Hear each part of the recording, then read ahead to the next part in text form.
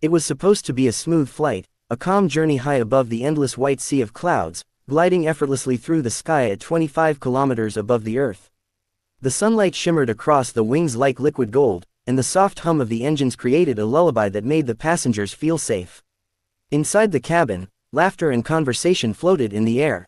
Families chatted quietly, travelers watched movies, and children pressed their faces against the small round windows, amazed by the ocean of clouds beneath them. The crew moved gracefully through the aisles, offering drinks and smiles. Everything felt perfect, almost too perfect, like the kind of peace that comes right before a storm. The captain's calm voice had reassured everyone just 20 minutes earlier. "Ladies and gentlemen, we've reached cruising altitude. Sit back, relax, and enjoy your flight." It was routine, professional, comforting. No one could have guessed that in less than an hour, those same words would echo in every passenger's memory with a chill that would never fade. The plane cut through the thin air effortlessly. From the cockpit, the pilots had a view of the world very few ever experience, a horizon so wide it seemed to stretch into eternity. The first officer checked the instruments, adjusting minor details. The captain leaned back slightly, his eyes tracing the glow of the dashboard lights. Everything was normal. No warning lights, no turbulence, just silence and sky. Then, in a heartbeat, everything changed. It began with a faint beep.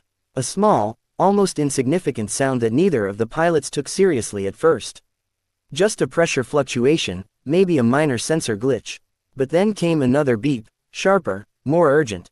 Before either man could react, the captain's vision blurred. His hands went limp on the controls. The first officer turned toward him, confused, his voice weak. "Captain. You okay?" But he didn't finish the sentence. His eyes rolled back, his body slumped forward, and within seconds, both men were motionless. The autopilot maintained the plane's path, but inside that sealed cockpit, an eerie silence fell. The lights flickered once, the warning chime repeated, and a red indicator blinked on the screen, "Crew unresponsive." The computer voice announced it coldly, emotionless, as if reading a fact. In the cabin, no one knew what had happened yet. A mother read a story to her child. A businessman scrolled through his presentation. But a flight attendant, walking toward the cockpit to serve coffee, noticed something strange. The cockpit door light was red. Locked. She knocked lightly, then again, louder. No answer. Her heart began to race. She used the intercom. "Captain." Static. No reply. The second officer should have answered. Still nothing. Her hands trembled as she knocked again. Inside, the warning alarms had grown louder. The plane began to drift slightly, a small deviation that the passengers couldn't feel, but the attendant's training told her something was wrong. She called out to her team, her voice shaking. "I think something's happened in the cockpit." The other attendants froze. One of them ran toward the emergency phone to contact ground control. Another tried the emergency code for the door, but it stayed locked. Panic started to creep in like a cold wind. A few passengers looked up, curious at first, then uneasy as they saw the worried faces of the crew. A man in seat 7A unbuckled his seatbelt and stood up. "Is everything okay?" The attendant forced a smile that didn't reach her eyes. "Please remain seated, sir. Everything is under control." But it wasn't. The air felt heavier now. A faint tremor ran through the cabin as the plane tilted slightly. A child cried out. Someone gasped. The intercom crackled but remained silent. Somewhere in the back row, a teenage boy looked up from his tablet, his blue eyes narrowing. He had noticed the shift before anyone else. He'd always been sensitive to movement, ever since he started playing flight simulators. That boy's name was Ryan, though his online handle, known to thousands of virtual pilots, was Ghost Sparrow. Ryan's heart began to pound. He looked out the window. The angle was off, subtle but wrong. His instinct screamed that the plane wasn't level. He took a deep breath and glanced toward the front where the attendants were whispering urgently. Then came the sound, a shrill alarm that no one could ignore this time. People gasped, some screamed. The plane jolted slightly, just enough to send a cup of coffee tumbling into someone's lap. The attendants lost their calm masks. One grabbed the phone again, shouting into it, "Mayday. We need assistance. Both pilots are unresponsive." Her voice cracked halfway through the sentence. The passengers froze, realizing what that meant. A woman started crying. A man clutched his wife's hand. The air was filled with confusion, fear, disbelief. Ryan unbuckled his seatbelt. "Stay seated," an attendant shouted, but he didn't listen. He pushed past the seats, his voice steady despite the chaos. I can help. Let me through. The attendant stared at him, a 13-year-old kid, his face pale but determined. Sweetheart, it's not safe, I know how to fly, he interrupted. Please, just open the door.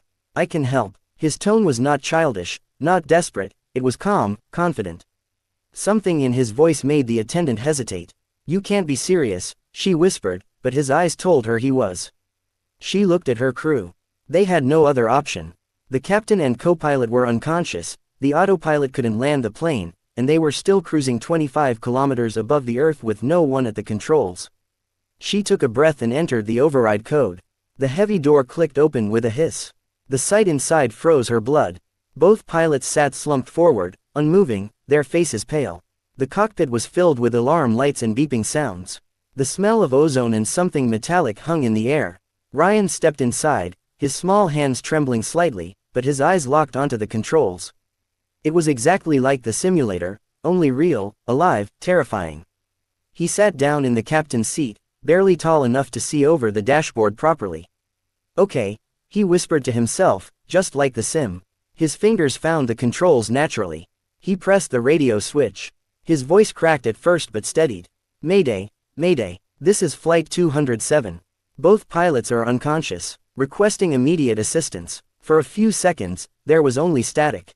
Then a calm voice replied, Flight 207, this is air traffic control. Who is speaking? Ryan swallowed hard. My name's Ryan, I'm 13, I've trained on simulators. I can keep the plane steady, but I need help to land.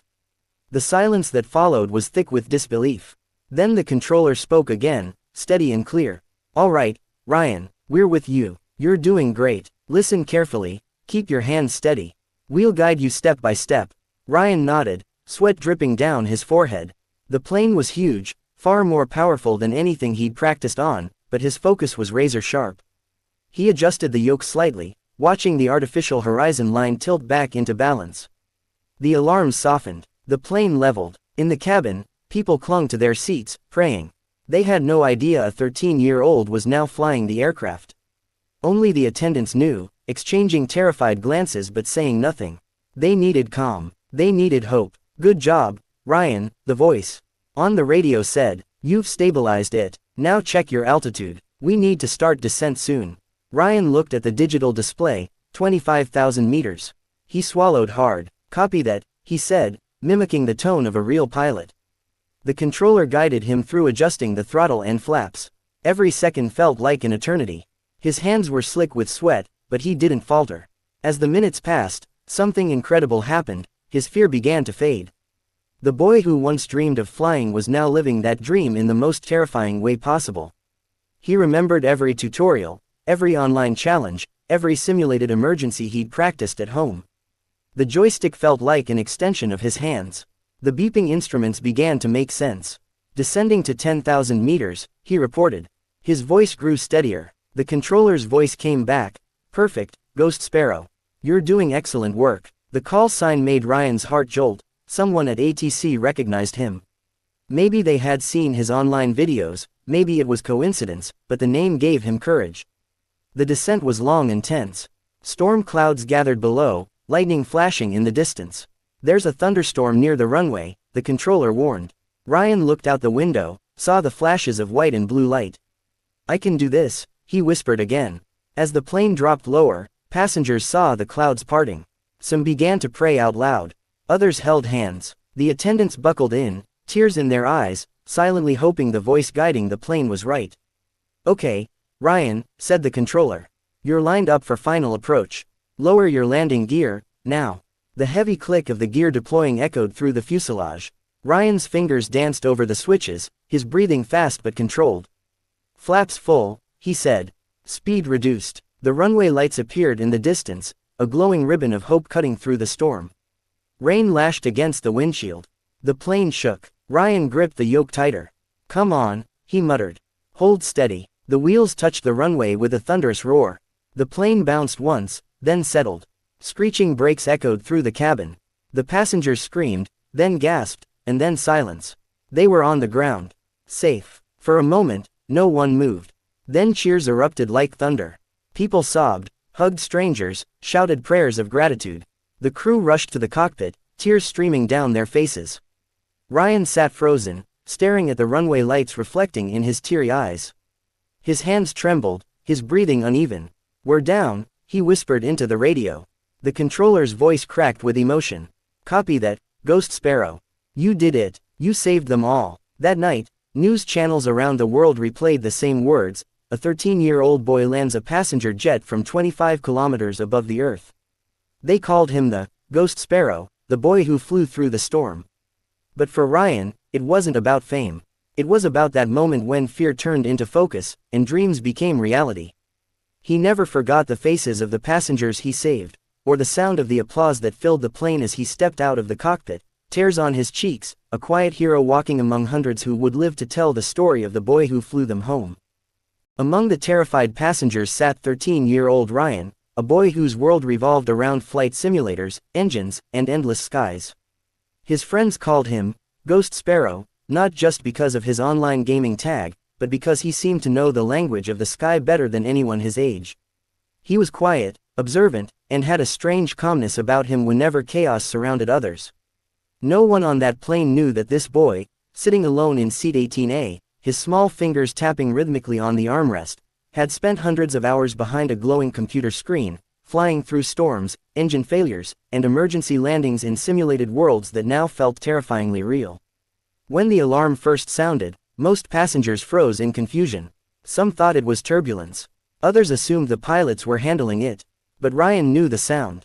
That tone, sharp, high-pitched, and continuous, was not a routine alarm. It was a warning, a distress code from the cockpit. His heart skipped a beat. He turned toward the front of the plane, his eyes narrowing as he noticed the flight attendants running with panic written all over their faces. The atmosphere in the cabin shifted from calm to chaos within seconds. People began to whisper nervously, some unbuckled their belts, trying to look over the seats. A baby cried somewhere in the back. Ryan's hands trembled, but not from fear, from adrenaline. He had seen this before, not in real life, but in countless simulator missions. In his mind, he could already see the cockpit layout, every lever, every button, the emergency transponder code flashing on the screen. The flight attendant's voice cracked through the intercom. "We need medical assistance at the front immediately." Her tone was urgent, almost desperate. Ryan's stomach twisted. Medical assistance meant someone was hurt. If it was a passenger, they'd deal with it quietly. But she had come from the cockpit. That could only mean one thing. He looked down at his hands, clenched tightly on his knees, and took a shaky breath. The hum of the engines felt louder now, almost menacing. The plane tilted slightly, just enough for the seasoned travelers to notice. People started to murmur. "What's happening?" Someone whispered. "Why aren't the pilots saying anything?" Ryan's pulse quickened. He had to know what was happening up there. The flight attendant rushed past him again, her face pale, eyes wide with fear. Ryan caught a glimpse of tears in her eyes, and that was it, the moment that shattered any illusion of safety. He unbuckled his seatbelt, ignoring the voice inside his head that told him to stay put. He stood up, clutching the back of the seat in front of him as the aircraft jolted slightly again. "Sir, please sit down," the attendant shouted from across the aisle, but Ryan didn't move. He looked straight ahead toward the locked cockpit door. His thoughts raced. The autopilot could hold the plane steady for now, but if both pilots were unresponsive, the system could only do so much. Eventually, it would need manual input, and no one else on board could give it. His chest rose and fell rapidly as the situation became clear. He knew what had to be done, even if it sounded insane. The woman sitting next to him, an older lady who had been reading quietly minutes ago, looked at him with trembling hands clutching her armrest. "Sit down, sweetheart," she said softly, "it'll be okay." Ryan glanced at her, his young face full of determination that seemed too mature for his age. "No, ma'am," he said firmly. "It won't be okay unless someone helps them." Before she could stop him, Ryan started moving down the aisle. The plane rocked slightly again, sending gasps through the cabin. "Please remain seated," a flight attendant repeated, her voice shaking as she tried to keep order. Ryan ignored it. His sneakers pounded lightly on the carpeted floor as he made his way to the front, passing rows of frightened faces. Some passengers shouted at him to sit down, others just stared, too stunned to react. When he reached the cockpit door, two attendants blocked his way. One of them, her voice trembling, said, "You can't be here, sweetheart. Please go back to your seat. He looked up at her with fierce focus. Both pilots are unconscious, right? He asked. She froze. How? How do you know that? Ryan didn't answer. Please, he said quietly but firmly, I can help. I know how to fly. The attendants exchanged looks, half disbelief, half desperation. The younger one shook her head. You're just a kid who's trained hundreds of hours on simulators, he interrupted, his voice trembling but steady. I know procedures. I know the systems. Please, you don't have time to argue. His words came fast, urgent, sharp like a command. They hesitated. The intercom crackled again, the alarm blared louder, and the aircraft dipped slightly, causing the attendants to lose their balance for a moment. That was all it took. The senior attendant reached for the emergency code pad beside the door. Her eyes met Ryan's for a brief second. If you're wrong, she started, but he cut her off softly. If I'm wrong, we'll all go down. If I'm right, I might save us. She pressed the code. The heavy door clicked open with a mechanical hiss. The air inside the cockpit felt different, colder, filled with a faint chemical smell and the constant beeping of alarms. The sight before them made everyone freeze. The captain and first officer were slumped forward, motionless. Their oxygen masks dangled uselessly. The control lights flickered across their faces, pale and lifeless. The instruments blinked with red and amber warnings. Ryan's breath caught in his throat. For a moment, fear almost took over, but then something clicked inside him. All the years of studying flight manuals, all the late nights spent memorizing procedures and practicing simulated emergencies, all the times he dreamed of being in a real cockpit, it all came rushing back. This was no game, no simulation, but he knew what had to be done.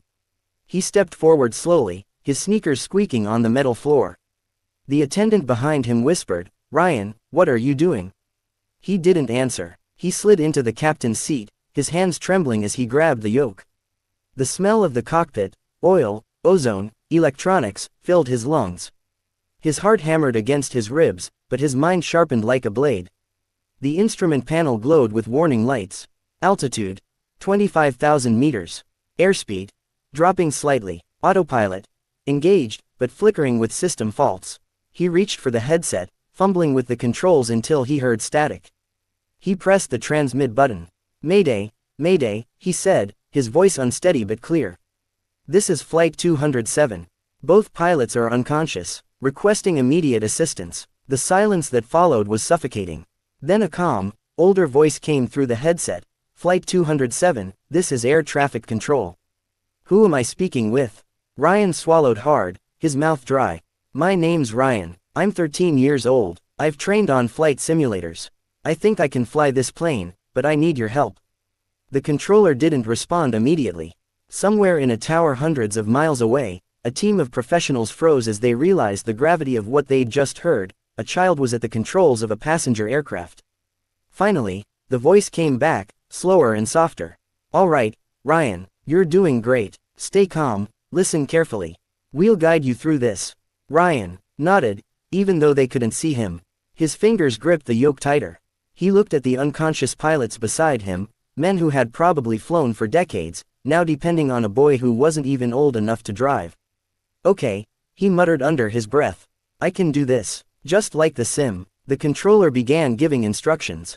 Ryan, check your main display. Tell me your altitude and speed. Ryan read the numbers, his voice steadying with each response. Altitude 25,000 meters, airspeed 800 kilometers per hour. Good, you're in cruise mode. Keep the autopilot on for now. We're going to start preparing for descent.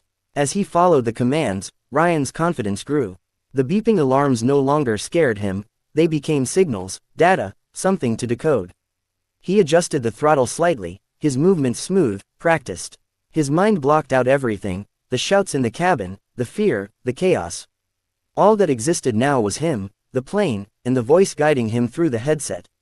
Behind him, one of the attendants watched in stunned silence. A child was doing what most adults would never even attempt. Ryan's back was straight, his eyes darting across the instruments with laser focus. Ghost Sparrow, the controller said suddenly, using the name that popped up on radar. We see your flight log here. Is that your online call sign? Ryan blinked in surprise. Yes, sir, he replied quietly. That's me. All right, Ghost Sparrow, the man said with a small chuckle in his voice, trying to keep him calm. Let's bring you and everyone home safely. Ryan's heart lifted slightly at the words. Ghost Sparrow, his dream identity, the fearless pilot he had always imagined being, now had to be real. The weight of 200 lives rested on his shoulders, and somehow, that didn't break him. It gave him strength. He could almost hear his father's voice in his head, the one who had once told him, "Flying isn't about bravery, son. It's about focus." He checked the gauges again, fingers gliding across the panels with precision. The controller's voice came through, giving him instructions to start descent and monitor cabin pressure. Every second demanded his full attention. He adjusted, recalculated, and responded, his young voice growing calmer with each word.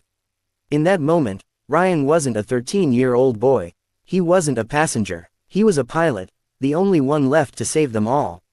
He took a deep breath, the weight of the headset pressing against his head, the vibration of the engines echoing through his bones.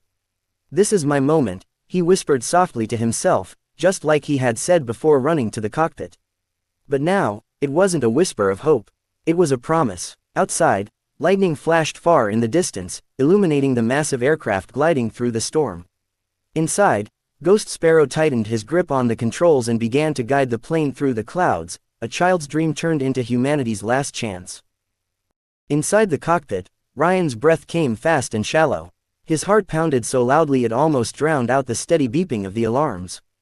The flashing red and amber lights illuminated his pale face as he leaned forward, trying to make sense of the chaos before him.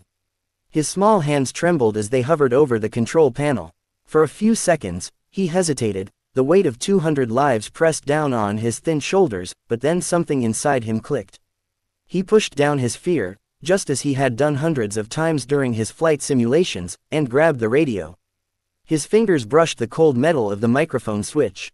He pressed the button, his voice quivering but strong enough to carry through the static. "Mayday, Mayday," he said, forcing himself to sound steady. "This is Flight 207. Both pilots are down." There was a sharp hiss of static. Then silence. Ryan's heart seemed to stop. What if no one heard him? What if they were too far from any signal? He swallowed hard and pressed the button again, his voice firmer this time. "Mayday, this is Flight 207, both pilots are unresponsive. We need immediate assistance." He released the button and waited, eyes darting between the blinking instruments. For a moment, all he heard was the hum of the engines and the mechanical voice repeating, "Warning, autopilot instability." Then a calm voice finally broke through the static, firm and authoritative.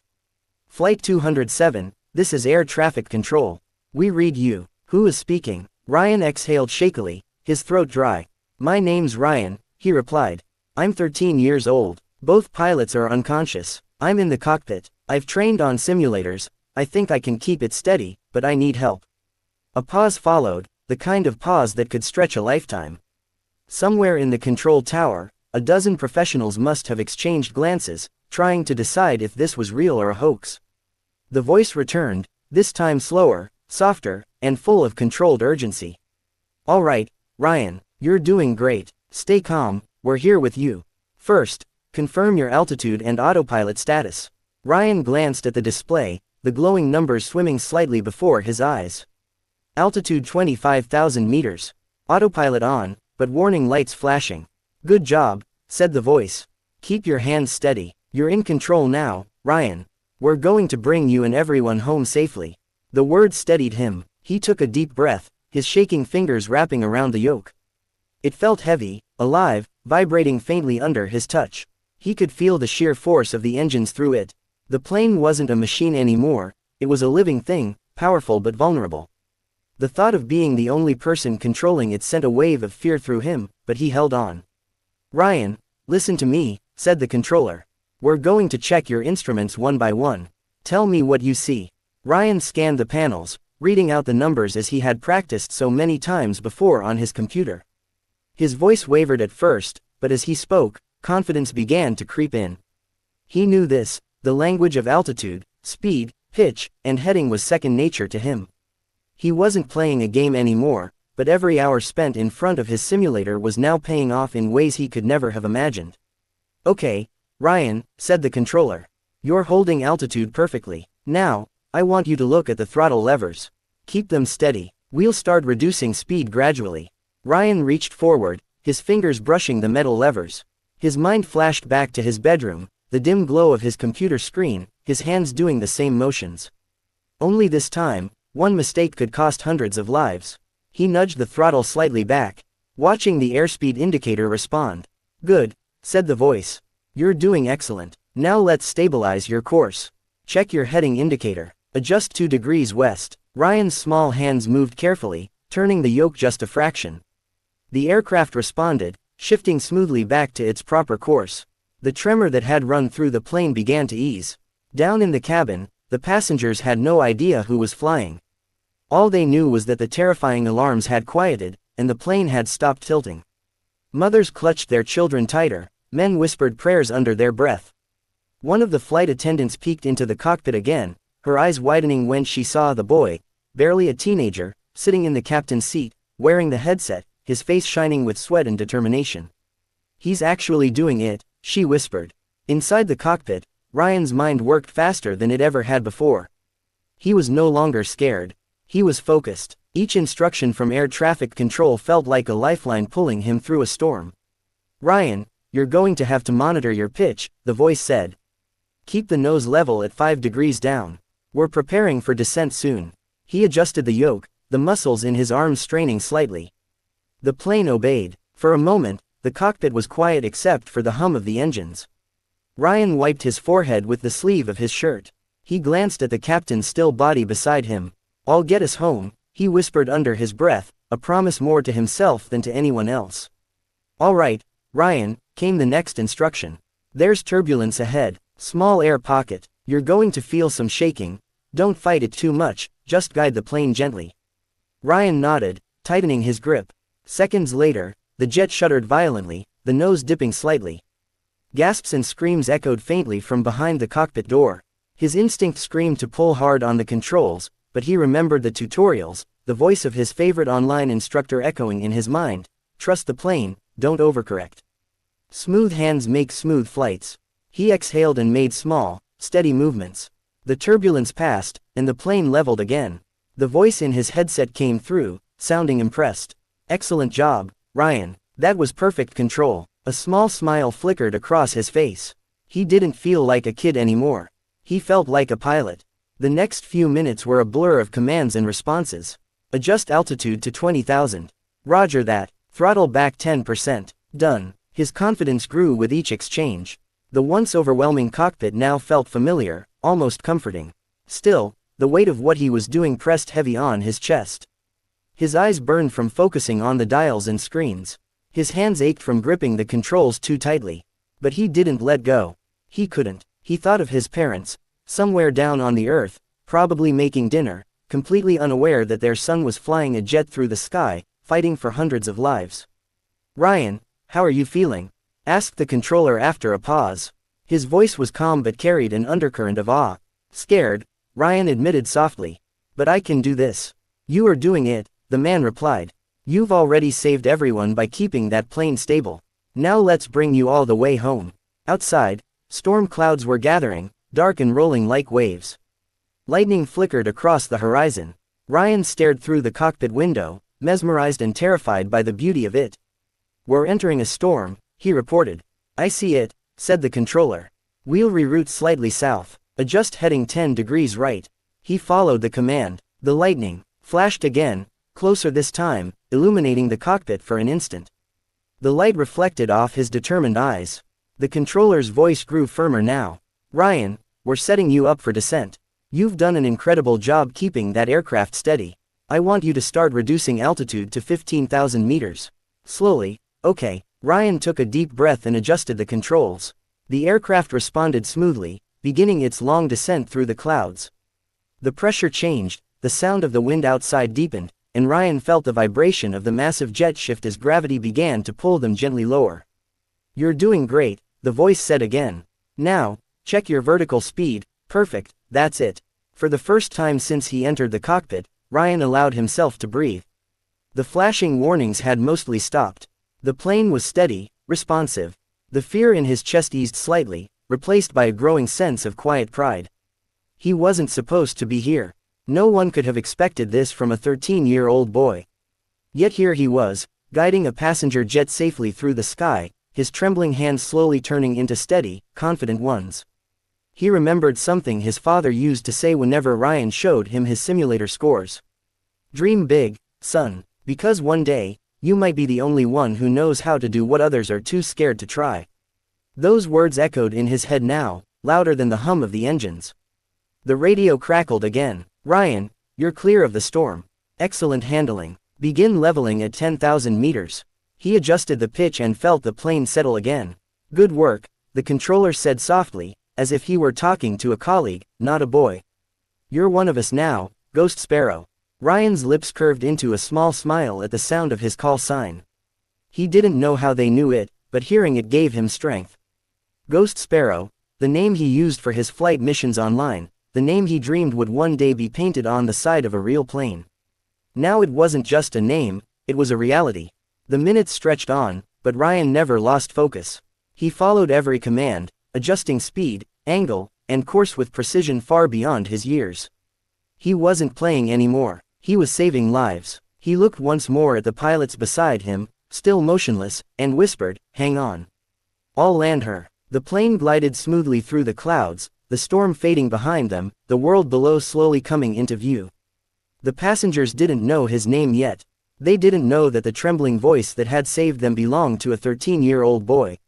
But soon they would. For now, Ryan kept his eyes on the horizon, hands steady, heart strong, as the voice in his headset guided him closer to home. The boy called Ghost Sparrow, flying through fear itself, determined not to let anyone fall. The seconds stretched into what felt like hours as Ryan's small hands gripped the controls, his knuckles white, his heart pounding so violently he could feel it in his ears. The roar of the engines mixed with the heavy breathing of the passengers behind him. Everyone was silent, praying, crying, holding hands, waiting for a miracle. Ryan's eyes flicked between the glowing panels in front of him and the distant runway that shimmered through the night haze. His mind was spinning, but his focus was razor sharp. Every lesson he had learned from flight simulators, every YouTube tutorial he had watched about cockpit operations, replayed in his head like a film. He remembered where to check the altitude, how to adjust the throttle, and how to manage descent speed. But this was no game, one wrong move could end everything. The air traffic controller's voice came again through the headset, calm but urgent. Flight 207, maintain your approach, speed 180 knots, flaps set for landing. Ryan swallowed hard and nodded even though they couldn't see him. His fingers trembled as he reached for the flap lever, slowly adjusting it to match the instructions. The plane shuddered slightly as the flaps extended, slowing its massive body. The sudden drag startled him, but he held firm, breathing slowly to keep control. He could feel the plane responding to his touch, heavy yet obedient, like a wild creature finally learning to trust its handler. Below, the runway lights twinkled like a string of hope in the darkness. Ryan's eyes watered as he squinted through the windshield. The ground seemed so close, yet impossibly far. He could hear the faint sobs of passengers behind him, the whisper of a prayer from the flight attendant, the click of a seatbelt locking tight. Everything around him blurred except for those two parallel lines of light guiding him home. "Ghost Sparrow, you're doing great," the controller said, using the nickname the boy had mentioned when asked his name. Hearing that gave Ryan a spark of courage. For a moment, he wasn't just a terrified kid, he was a pilot, responsible for hundreds of lives. "Bring her down gently," the voice continued, "reduce throttle a bit more, steady hands, you've got this." His legs trembled under the weight of the pedals. He could feel sweat trickling down his temples. The dashboard flickered as systems screamed warnings, fuel low, hydraulic pressure unstable, crosswinds increasing. Ryan ignored the chaos and focused on the horizon. He whispered to himself, "Come on, just like the simulator, smooth and steady." The altimeter dropped rapidly, 900 feet, 800, 700. He kept the nose slightly up, eyes darting between the readings in the runway ahead. The plane lurched as a gust of wind hit the tail. The passengers gasped, but Ryan tightened his grip and corrected the angle, fighting against the air. "You're drifting left," the controller warned. "Adjust 5 degrees right." Ryan nudged the yoke carefully, just enough to line it back up. 300 feet, the voice said, "Gear down." Ryan pulled the lever. A deep mechanical groan echoed beneath the plane as the landing gear unfolded. He felt the weight shift, the vibrations change, everything about this moment was real and terrifying and alive. He had never been so close to life and death at the same time. 200 feet, easy now, throttle to idle, came the instructions. Ryan exhaled shakily, pushing the throttle lever forward slightly, his hands trembling uncontrollably. The runway was right there, the lights rushing up to meet him. His entire body tensed as the shadow of the aircraft glided closer to the ground. He could hear the engines whining, the wind slicing past, the pounding in his chest louder than all of it. Then, a thud. The rear wheels kissed the runway, bouncing slightly before settling. The nose came down hard, but he steadied it quickly. The roar of the engines turned into a deep hum as he applied gentle pressure on the brakes. Sparks flew beneath the wings, and the aircraft slowed, inch by inch. The passengers screamed, not from fear this time, but from relief and disbelief. The massive jet rolled down the runway, finally coming to a complete stop in the middle of flashing emergency lights. Silence filled the cabin, followed by a wave of cheers and cries that shook the plane. Ryan's vision blurred as tears streamed down his face. His small chest heaved with exhaustion, his fingers still gripping the controls as if afraid to let go. The flight attendant burst into the cockpit, covering her mouth in shock. "You did it, oh my God, you did it," she whispered, her voice breaking. She knelt beside him, pulling him into a trembling hug. Ryan could barely speak, whispering only, "Are we safe?" "Yes," she said through tears, "you brought us home." Outside, emergency vehicles surrounded the plane. The runway was alive with flashing red and blue lights. Firefighters and medics rushed in, but when they opened the cockpit door, they froze. None of them expected to see a 13-year-old boy sitting in the captain's chair, drenched in sweat, eyes wide with shock and wonder. For a few seconds, nobody spoke. Then one of the rescuers said softly, "Kid, you just saved over 200 lives." Ryan tried to stand, but his legs gave out. They caught him gently and led him out of the cockpit. The night air hit his face, cool and sharp. The crowd outside the terminal clapped and shouted, though he barely heard them. Everything around him felt distant, dreamlike. He could still hear the echo of the engines, the voice in his headset, the moment the wheels touched down. Later, as paramedics checked him, he kept repeating the same thing, almost in disbelief. "I just did what I knew, I just wanted to help." Cameras flashed, reporters tried to get close, but Ryan's eyes searched only for one thing, his mother. When she finally reached him, she fell to her knees, wrapping him in her arms. "My little Ghost Sparrow," she whispered, sobbing into his shoulder. "You really flew." The world soon learned his story. News outlets called it the miracle at 25 kilometers. Pilots, aviation experts, and even military officers couldn't believe how he managed to land a commercial aircraft from that altitude. They played the black box recordings, his young, trembling voice calling, "Mayday," with calm precision, and the nation listened in awe. Ryan was invited to meet the air traffic team who guided him. When he walked into the control room, the same calm voice greeted him again, "Well done, Ghost Sparrow." They showed him the radar footage, the shaky descent, the alignment with the runway, the perfect touchdown. For the first time, he realized the magnitude of what he had done. That night, when all the noise faded and he finally lay in bed, the memories replayed in his mind. The flashing alarms, the hum of the engines, the prayers whispered by strangers, the moment the ground rose to meet him. It was all so vivid that he could still feel the vibration of the plane beneath his feet. He wasn't just a kid anymore. He had faced death, stared it in the eyes, and brought everyone home. Outside his window, the stars glittered against the black sky. Somewhere up there, 25 kilometers above the earth, a part of him was still flying. He smiled faintly, whispering to himself, "Once a sparrow, always a sparrow." And that was the night the world met a new kind of hero, not in a uniform, not in a cockpit by training, but in the heart of a 13-year-old boy who refused to give up.